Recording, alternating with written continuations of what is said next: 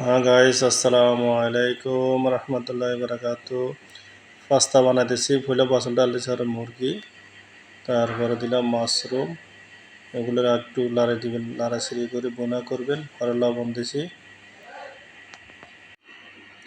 ফিলফিলা আসওয়াদ, মাদ্রাস কারি powder, একটু মশলা দিলাম। মশলাগুলো একটু লাড়াছাড়ি দিবেন। এভাবে কালার করলে সৌন্দর্য আসবে। তার মাখনাগুলো এক্সট্রাভাবে পুর করে গরম করে এখানে এনে দিবেন। এরপরে এগুলোর সঙ্গে মিক্স করে কুকিং ক্রিম ডালে দিবেন। পাস্তা সুন্দর করে মিক্স করে চিনির মধ্যে ডালে দিবেন।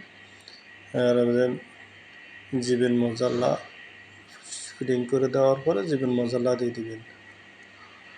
তো সুন্দর ফিনিশিং করার পরে জিবেন মশলা ডালে দিবেন। এভাবে জিবেন ডালে দিবেন।